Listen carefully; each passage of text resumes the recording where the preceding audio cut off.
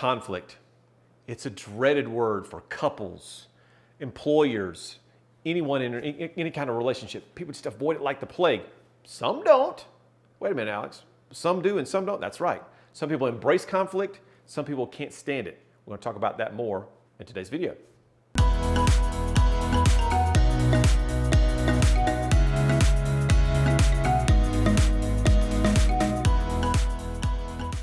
Conflict can be defined as a serious disagreement between two people, often a prolonged one. And so a lot of people really just can't stand that, but it depends on your personality type. It depends on the culture in which you were raised. It depends on your religious beliefs. It depends on the influence of your mother and father. All those things play a part. We're going to focus on the DISC model of human behavior today and talk about which personality styles embrace conflict and which ones avoid it. If you want more information about high D's, I's, S's, and C's, which is the basis of that methodology, look in the description below and you'll see links to those videos appropriately. The first thing we have to realize is that the more task-oriented that you are, the more conflict doesn't bother you. You're more of a straight shooter. You just give the plain facts, just like Sergeant Joe Friday. Just the facts, ma'am.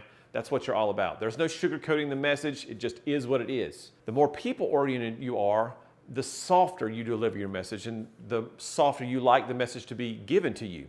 So if you imagine being a die, 1, 2, 3, 4, 5, 6, a six-sided die, those task-oriented people have really hard edges, okay? They start one sentence, they finish one sentence, they go to the next thing. There is no gray, it's just very black and white. A die with rounded edges really is all about an I or an S. They like to have that softer message. They like to start with an email with, hey, how you doing? Did you see The Voice last night? Versus, hey, I need this on my desk by 5 p.m. So that's how they really differ in terms of their communication style. Task-oriented people, very matter of fact. Those people-oriented folks, a little bit of a softer delivery and receiving of that message. So let's break down these personality styles by percentage of the population. So you can kind of get a feel for who you're talking to and how many people this represents when you're in a conversation. D's represent 10% of the population, the smallest percentage of any of the personality styles. And that's a great thing because, as we know, D's are direct, they have to be in charge, they love challenges, and I really am thankful that only 10% of the population is D's, because if it weren't, let's say that 30% of the population were D's, gosh, we'd be on World War XVII by now because every one of them has to be in charge. And so there are just too many people that want to be in charge at that point. I's represent 25 to 30% of the population. Those creative types, outside the box thinkers, love to have fun, very expressive and motivated by friends and family and making people laugh. S's are our highest percentage. They are at 30 to 35%. The largest percentage of the population are peacemakers. Isn't that something? Imagine what would happen if the D and the I were switched. Whoa, okay, serious conflict across the world at that point. And then our C's are 20 to 25% of the population. Those critical thinkers, analytical types, and so they represent that last reserved task-oriented piece of the puzzle. So D's and C's, those task-oriented folks, if you do the math, 10 plus 25, make up 35% of the population. I's and S's make up 65% of the population. So the majority of the planet doesn't want conflict, doesn't like it, especially those S's. They can't stand conflict. So only 35% of the world really embraces that direct communication, embraces that conflict, which can be problematic in any relationship, again, if you don't know who you're speaking to and you don't know who you are yourself. So the majority of the population would rather eat worms and dirt-filled pudding than get involved into a situation where there's going to be conflict. But if we avoid conflict, we're going to miss out on lots of different things, meaningful conversations that can be life-changing. And those tough conversations that we have to have, for example, between two siblings of an aging parent. So when dealing with aging parents, there are a lot of factors that you have to bring in, task-oriented or people-oriented or whoever you are. Who's the closest living relative to that parent? Are they willing to take care of them? What are the finances like? Do we put them in a nursing home? Do we go for home care? All those things are very, very important.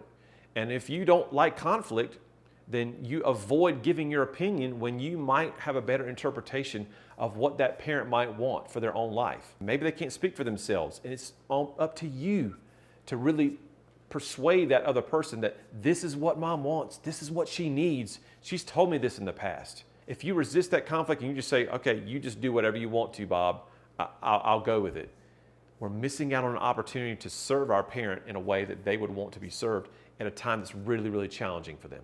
And when that decision's made and you haven't voiced your opinion, let's say it was something that you disagreed with vehemently, but you just said, I'm not going to cause a problem, that's going to eat away at you and eat away at you and create resentment between you and your sibling for years to come. And it may manifest itself a week later, 2 weeks later, 3 years later, 30 years later. And that conflict eats away with you.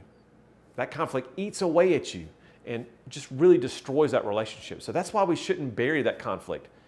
But it's up to us to make sure that we are presenting our ideas, presenting our feelings, even if we are a reserved person, because that other person in the relationship needs to know what we're thinking, needs to know what we're feeling, so we can all get on the same page and make a better decision together. And the problem is, of course, that we don't always have this personality information. I mean, I kind of sort of know who I am, and I might know who my brother or sister is, kind of sort of. But until we really know, we can't really have these conversations and make these decisions together. So again, in the description below, go back and watch those DISC videos again if you want to really know yourself and those around you. If you want to know yourself like 100% of who you are, you can take one of our assessments. And again, those are in the description below as well. Those will give you a nice 6-page report that tells you who you are, how intense your particular emotions are on one side or the other. Are you really task-oriented? Are you really people-oriented? Are you more in the middle? Because remember, we're all a unique blend of all 4 of these styles. So check out assessment and really find out who you are inside.